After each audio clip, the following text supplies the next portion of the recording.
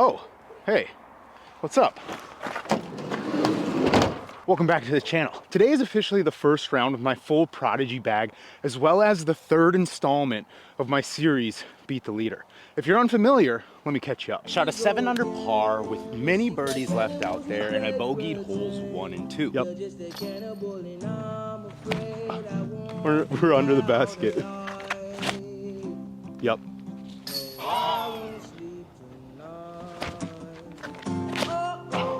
The current UDisc leaderboard score to beat is an 11 under par, which means my goal for this challenge is to shoot 12 under. 11 under par to send us into 18 with a chance.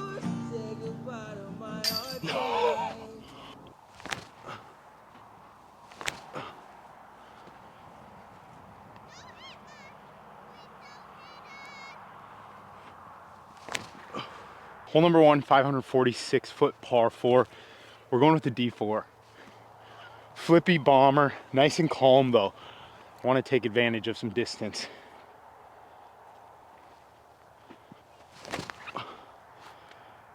Okay.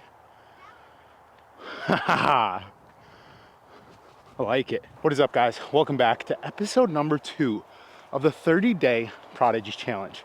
I'm excited, and I hope you are as well. In an effort to stay focused on this round, really try and dial these things, we're gonna pretty much keep quiet. We're gonna let Brod take over in the booth. Enjoy. There's 3 keys to disc golf: driving, approaching, and putting. You need all 3 to do this disc sport. What is up, y'all? We are back in the booth today, bringing you a little voiceover commentary. We got the 400 Ultra Soft A2 in hand. Rip it. Beefcake. That's what I'm talking about. Beautiful little upshot. OB water deep, so you basically just can't go deep. You gotta throw something beefy. Putting the Fractal Soft PA5s today. A little bit of extra glide. Did a little putter, I guess, showdown bracket, whatever you want to call it, in a video that I'll actually have linked in the description if you want to check that out for a little bit of like bonus content. Hole number 2. Short little, I don't know, 250-foot downhill island shot. I go 300 soft PA4. I blocked the shot, but just low. Kind of hit those trees. We got out in the open here. We're going with a little righty spinner ching. I'm going to drag this a little left to right because that's the only way I can cleanly release a righty putt. Yeah, I thought I made it. I won't lie to you guys. I thought I did it. But you can't win them all. Make sure you guys can make your 3-footers. Look at that view. You got to include the 3-footer on this because of that view. That's all I'm saying. Hole number 3, about a 600-foot par 4. There's pretty much a spot right where you see the hills start to rise. I'm just trying to jam it in there. I'm going FX4, which is what I've come to realize, a beautiful disc from Prodigy. Perfect landing zone. It's kind of that, I'd compare it to my Era. Normally, like that point and shoot, kind of do whatever you want, 9-speed. Overstable approach right here. I think we're going A3 in hand. Well, 500 A3. Did not get as left as I needed. So the A3 kind of dried up in the trees here. And you're going to see me kind of look and realize I think I have nothing. And then I'll find this little gap. And now this is where these PA5s... We'll watch what happens, and then I'll kind of elaborate here. Yeah. So any other putter, PA3, I'm probably caging Guys, it. The PA5 is the glidiest putter I've ever used, ever. These are insane. All I did was flick my wrist, and somehow the PA5 just glided literally through a little triangle disc-wide gap in the trees. But we'll take that. We're off to a pretty solid start here. You know, 2 down through 3. 300-foot hyzer. We're going M4, thinking it's going to hold a little bit more of a hyzer line, and it actually just flips up laser beam straight. Beautiful shot, obviously just not the right play on the disc. Hung it out too far right. As you can see, all these little trees, there's gaps. I have this little hyzer bid. I thought I made it just based on the PA5 glide, but a little bit short.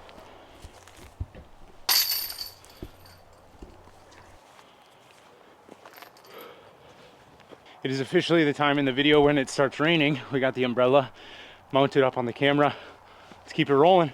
So hole number 5, it's basically an identical shot to the previous hole.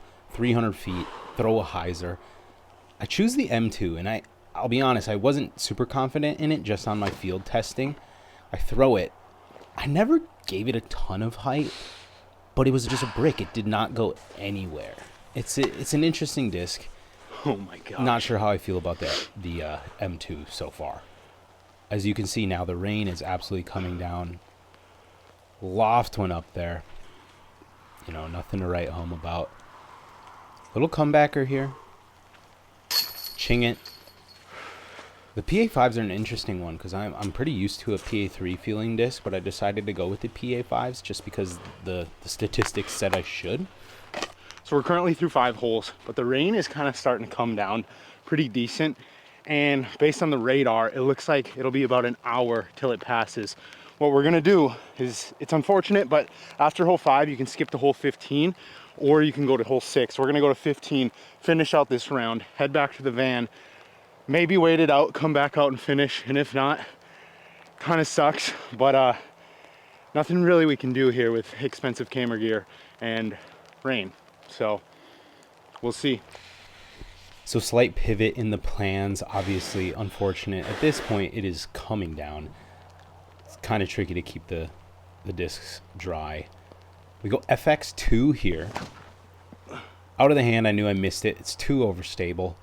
Kind of slipped out early. Usually you want to play a little more right and high.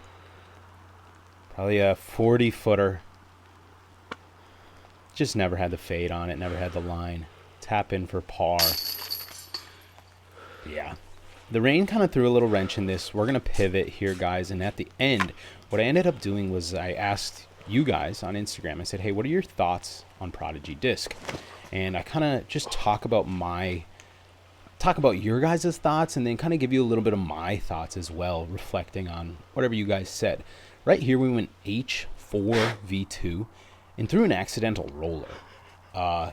Basically, I couldn't get the disc dry. Tried to really make sure I didn't let go early and let go a little bit late. FX2 upshot. This is a par 4 as well. And this shot was great. Somehow. Got the disc dry enough. FX2 is an interesting one because I will say right now, it has a little bit of flashing. It's a little bit stiff, but it flies great. Tap in, birdie. FX4 on hole 17. If you guys know this hole, it's a little over 400 feet. It's one of the biggest bonus birdies on the course coming down the stretch, and it's one of my favorite holes. FX4, beautiful left to right shot that I try here. The line was right. It needed more height to push. You pretty much got to keep flying on that exact line for about 50 more feet, and you'll have something. Really all you can do here is lay up, which I do not great, but we're safe. And that little gap is honestly usually where I like to try and land because it gives you this putt. At this point, you know, the PA5s I'm feeling solid with. As long as I get a clean release, they go right where you put them. They're one of the most point and shoot putters I've probably ever used. I decided to start playing 18 from here in the gravel rather than the horrible tee pad directly over there. Same shot really, slightly different wind maybe. I got the 400 D1 in hand. Relatively, I don't know, neutral dome. It's not board flat, it's not domey. It's actually been flying decent. This is about 400 feet right here, like I said, and we come up, I don't know, maybe we're pin high, but probably 10 feet short of it, so nothing crazy here. We try and give this a bid. Now, this is the weirdest putt of the day because out of my hand, I think I make it, and then I immediately see the PA5 start to fade, which surprised me because it was the first putt of the day where the putter faded at all. It was dead center, and then, you know, halfway through it started to fade. So, kind of unfortunate. Tap it in for par. In terms of the Beat the Leader series, did not go as planned today. But honestly, if you don't start 5 for 5, it's really, really challenging to actually shoot, you know, the course record, the UDisc leaderboard score. So I don't really think I was on pace to do that anyway, but hope you guys enjoyed at least that first look. Obviously, we're going to be back out here, give it another crack, but let's pivot, head to the van. Well, that didn't go as planned. Of course, right as I get to the van, the rain pretty much stopped. When it started raining, I threw up an Instagram story. Some of you might have seen it, and I asked, hey, what is your current thoughts on Prodigy? And we're just going to read through some of these. I'm going to give you some of my opinions. So right now you kind of get like my ideas on, I guess, Prodigy, and kind of replying to, you know, whether or not these are questions or just statements. And then we'll kind of see how things progress over the 30 days. Paper plates. The F9, F7, H32, I don't know. Those are paper plates. P3 and M4 will never leave my bag. If I didn't love the Buzz SS so much, I would like, I guess I don't not agree with you that the M4 is a great disc. I know that's a disc I already like, the limited amount of times I've thrown it. And the PA3, if you guys know me, it's goated. So I agree. PA3 and M4, as far as molds go, some of the best discs ever made, honestly. Approach game is best in business. In my opinion, didn't fall in love with anything else I tried. Understandable. The approach series from Prodigy, I also agree, is probably goated. You know, you can get good zones, and most of them are great, but when it comes to like a full lineup of kind of every different hand feel between the A1, A2, A3, A4, A5, it's hard to beat. So I definitely agree with that. Good molds and plastic, would throw more if all molds were made in the USA. I kind of understand where you're coming from. So Prodigy, for the most part, is designed in the USA, and then some molds are manufactured overseas in China. A lot of times when you buy the discs that are manufactured in China, they actually have a sticker that says manufactured in China.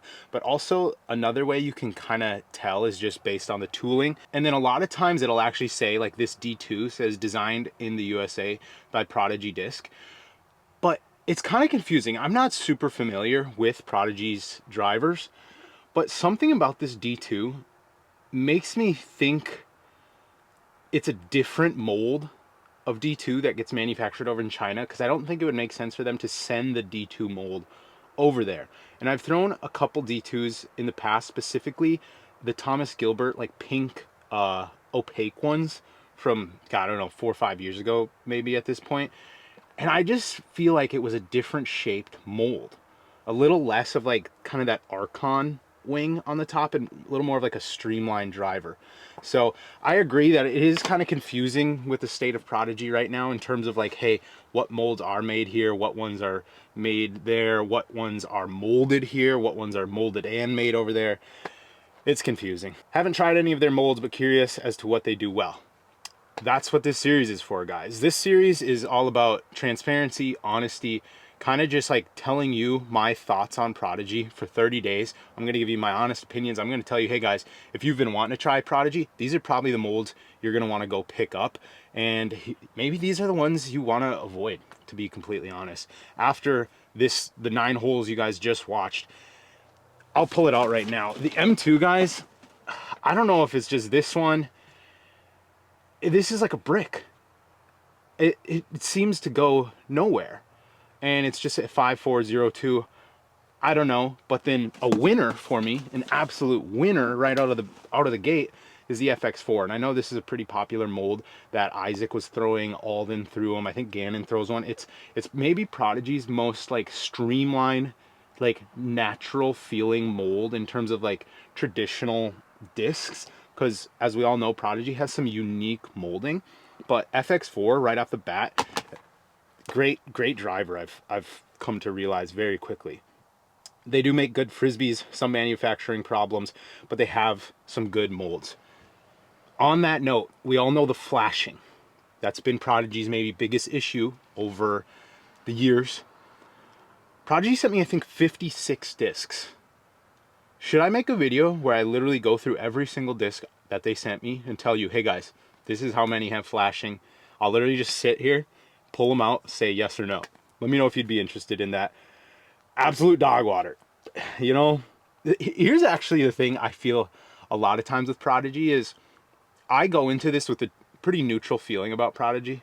I don't love them. I don't hate them. I love some of their molds. PA3 I think is amazing.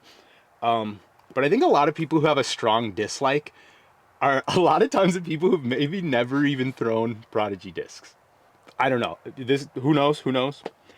The OG stuff was good back when it came out, then it hasn't been the same since. I kind of think that's just something for all companies. I love Innova, but I'll be the first to say old Innova is 10 times better than the new Innova. And I think that's just how it is. I think a lot of people think disc manufacturers have a lot of control over the plastic that they bring in, and plain and simple they don't. A lot of times they're bringing in plastic from, you know, a very large plastic distributor that's distributing for tons of different styles of product, and what they have on hand at the time is not going to be the same as what they have on hand 10 years ago. It's just part of the game. It sucks, you know, but who knows? Some sneaky good molds. A3 is slept on, and even the P model discs ain't bad. I will say the P model discs are probably some of the most underrated Prodigy molds. I agree. We don't have any of the P model discs on hand right now, but I'll probably try and get my hands on them for you guys. And the A3, very good approach disc with kind of a unique feel to it. Obviously being super low profile, beaded. It's almost like a gator that just got squished down. From Minnesota, Kale got me. Love it. They need to fire their marketing people, though. The thing with Prodigy is, I don't think they actually do that bad of marketing. I think some of their marketing is some of the cleanest in the game, the most professional looking. I just think people, I don't know, like, I agree that they haven't done much to make people really want to throw their discs. But in terms of like professionalism and like the look, I've always enjoyed Prodigy's branding. It's a weird mix of like it looks nice, but they seem to miss a little bit. They don't quite hit the nail on the head. But I think a lot of people from Minnesota have a like a love-hate because of Kale. He obviously like was Prodigy. Like when I think of Prodigy, I think of Kale. I think of him peering an M4, peering a PA3, and you know, I love that as a Minnesota boy myself. PA3 is their best disc. Most of their stuff has flashing problems. Plastic feels bad. Once again, I think in that flashing video that I may or may not make, depending on the interest, that's something I'll go over. And as a player who's been in the game pretty long, I could pretty much feel the discs. And I know which ones are manufactured in China and which ones are manufactured in the US just based on the feel of the plastic, because I know other companies that are third partying through China as well, and their plastics all have like, they're all very similar. You can kind of tell right off the bat if you've felt the amount of discs that like I've probably felt over the last few years, which is a shit ton. Big fan. Above average plastic and pricing. Very, very spot on. Prodigy has good pricing, actually. If you go straight to Prodigy's website, they actually have some really good pricing on putters. I mean, honestly, kind of on anything, but I agree. And I do think some of their plastic feels amazing and some feels pretty bad. So it's very, very hit or miss. Don't care for their baskets, that's for damn sure. You know, yeah, like, I don't know. I love disc catchers. I'll pick a disc catcher over everything. Prodigy has never, baskets have never punished me like as bad as I've seen. You know what I mean? I don't know. A3 is goated approach, his glide and bite, it's shallow. I think a lot of people love the A series. A2, A5 money, haven't bagged much else. Yup. Someone said junk. You know, that's what we're here to figure out, really. Approaches and putters, money. Mids feel like dog shit. Drivers equal flashing, knife emoji, sharp. You know, that's what we're here to kind of talk about this month, guys. But I think Prodigy's mid-ranges are interesting because the MX2 and the MX3, I think, is that the super overstable one? MX1, MX2 and MX1 I think are some really good feeling mids, as well as the M4. But the interesting thing is the M4 mold has had to have changed, because if you feel like a proto M4, like a super old one, it's an almost identical mold to a Buzz SS. And then a newer M4, I'll pull one out right now, has this interesting like point on the nose, where it used to be a lot more blunt edged, very much like a Buzz SS. So I would love to hear like a transparent history on the on Prodigy's discs. Gannon Burr has also gone on record to say he thinks the PA3 mold is completely different than what it used to be. Who knows? DGA is better. You know, to each their own. DGA is one of the most underrated companies in the game, I think. Prodigy only for 30 days. We're here. PA3 is good. Have tried 3 molds, didn't like any of them, feel or flight. They make up nearly a quarter of my bag. There you go. PA3, A5, A2 are undefeated. It seems to be the consensus. PA3, A5, A2 are kind of the GOAT Prodigy molds. You could probably throw the M4 in there as well. Chalky. See, the chalkiness is an interesting one because I know so many people who love the chalkiness and I know people who hate the chalkiness. I got a box tent, like I said, of over 50 discs. None of them have chalk on them. It's an interesting thing. You know, I was hoping that Will Schustrick would have addressed that a little more in a lot of the interviews he did. He has told me they've fixed it, but I've heard from some people that the reblend from Prodigy, when you first get it, it feels amazing. And then as it wears and tears, it starts chalking because some of the reblend is some of the old Prodigy discs that used to have the chalk.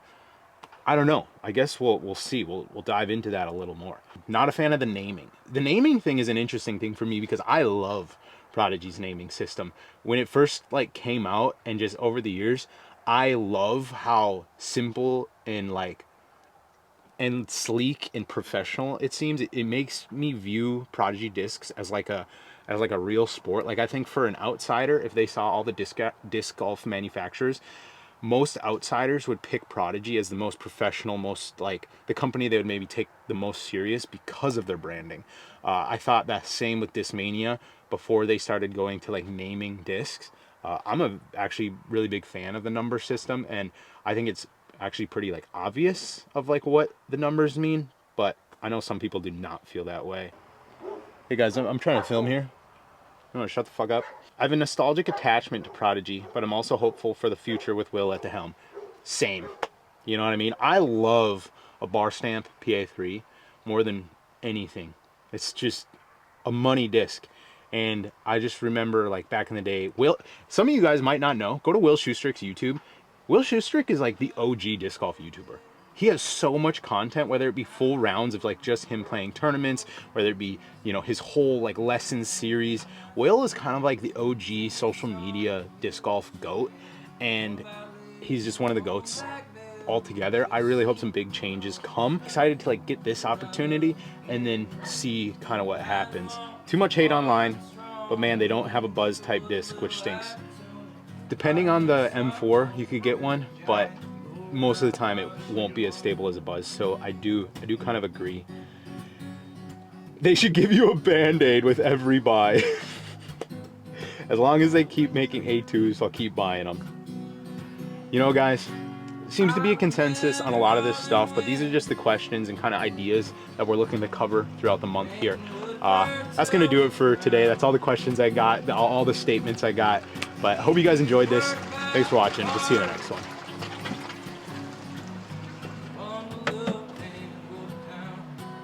Creator of Frisbee Club, The man, motherfuckers. the man, the myth. And right here, I have a frisbee bag. It holds all my frisbees, the ones I like.